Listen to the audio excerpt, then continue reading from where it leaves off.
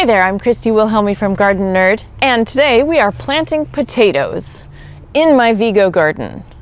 I have a 2-video series on how to plant potatoes in containers, but I want to show you today about how to plant them in raised beds. A few things you need to know, but otherwise it is the easiest thing to grow, and I feel like everyone should grow potatoes because when it's time to harvest, it's like digging for buried treasure, especially if you have kids in your life who want to garden with you. It's one of the funnest things to grow. And the math is great. You plant 1 potato and you get 10. It's awesome. So let's talk about seed potatoes first, because seed potatoes are certified disease-free and they are grown. So let me back up. Potatoes are grown from potatoes are grown from potatoes. They're clones of one another basically. And so diseases can travel laterally across that genetic line really easily. So it's a good idea to start with growing from certified disease-free seed potatoes. Where do you get those? A lot of online places, maybe your local nursery. But the idea is you're starting with potatoes that don't have any diseases. Now, you can buy potatoes from your farmer's market or your regular grocery store.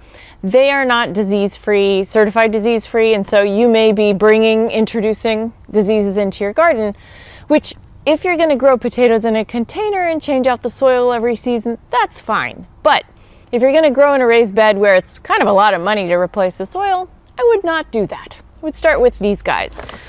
When you buy certified disease-free seed potatoes, you can usually choose the varieties you're going to grow, or get a mixed bag like this one. These are purple potatoes and they have already sprouted. You do have to wait for them to sprout, and it's better for them to be this size rather than this size. And the rule of thumb is each piece needs to weigh 1.5 ounces and have at least 2 sprouted eyes on them. Now, because these only have 1 or 2 sprouts on them, I'm not going to cut them. But if there were 4 sprouts on here, I would cut this in half and seed in 2 places. Generally speaking, when you cut seed potatoes in half or whatever pieces you want to, there are 2 schools of thought as whether to let them dry down first after you've cut them or just plant them right away. I know that the folks at Wood Prairie Farm in Maine, they do not wait. They drop them straight in the ground. They cut them in the field and drop them straight into the ground.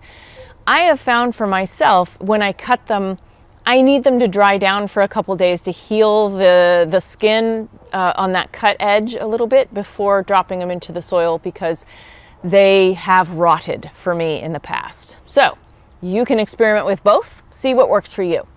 Now, to plant these, it is pretty darn easy. 3 things you need to know. 1, I don't know why I'm putting them in here, 1 foot apart, 6 inches deep, a little bit of fertilizer at the bottom. That's it. So we're planting them 1 per square foot. I have 4 drip lines that run through this bed here. I'm going to plant them right under the drip line so I don't have to worry about additional watering. And I'm going to dig a hole. This is very friable soil. You may need to dig with one of these, but this is very loose soil. So I'm just going to pull the soil out of the way, get my green onions out of the way here. Digging a 6-inch hole, and a lot of times your hand trowel will come with a measurement on it, but this is about 6 inches right here. Stick that in if it's not all the way down. Dig a little more, 6 inches deep. Drop a little bit of organic vegetable fertilizer in the planting hole, mix it in. I find that that's the best place to put it. And then drop your seed potato, sprouted eyes up in the hole, and backfill. And that is it. Boom, you've planted potatoes. So it will take a couple of weeks for the foliage to emerge. And when it does, you can start heaping up soil around it. The whole point of heaping up soil around the foliage is to prevent any potatoes that are forming near the surface from taking on sunlight. And once it takes on sunlight, they start to develop that green color, which is toxic, and you don't want to eat it. So keep heaping up soil around your foliage. You can cover all of the leaves except for the top set of leaves. I tend to not do that. I just keep mounding and, you know, it kind of makes it happen. And then after a while, they're going to start dying back. You can plant potatoes in warm winter climates in the fall and in the spring. But if you live in a place that gets frost and snow, you want to wait until spring to plant your seed potatoes after your soil has thawed and drained well, because potatoes want well-drained soil. When they grow in clay, there tends to be a little bit of a problem. But this is going to get you at least to the planting stage. And do what I do, plant 4 different varieties. So I'm going to plant a row of purple. I love Adirondack Red is one of my favorites because it's red flesh and red skin. Do a Yukon Gold or something like that, and then a fingerling. And you'll have a candy-colored treasure trove of gemstone potatoes when you're finished.